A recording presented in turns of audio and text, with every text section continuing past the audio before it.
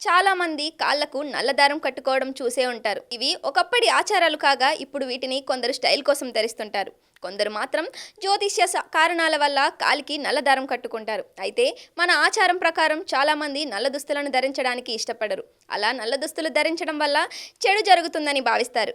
ఇక కాళ్ళకి నల్లదారం కట్టుకోవడం వల్ల ఎన్నో ప్రయోజనాలు కలుగుతాయని జ్యోతిష్యులు చెబుతున్నారు. జ్యోతిష్య శాస్త్రం ప్రకారం నల్లదారం అందరికీ సెట్ కాదట. దాన్ని అందరూ వాడకూడదట. నల్లదారం వాడేందుకు కొన్ని రూల్స్ ఉన్నాయి.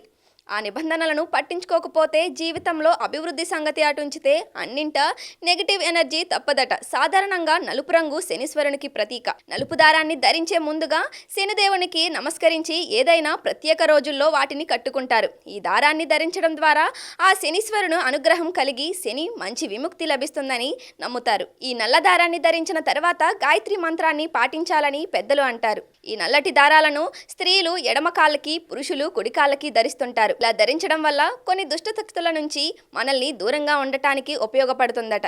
ఎవరైతే చేతి మణికట్టుకు పసుపు, ఎరుపు, నారింజ రంగులతో కలిసి ఉన్న దారాలను కట్టుకొని ఉంటారో వారు తమ మణికట్టుకు నల్ల దారాన్ని ధరించకూడదని జ్యోతిష్య నిపుణులు చెబుతున్నారు.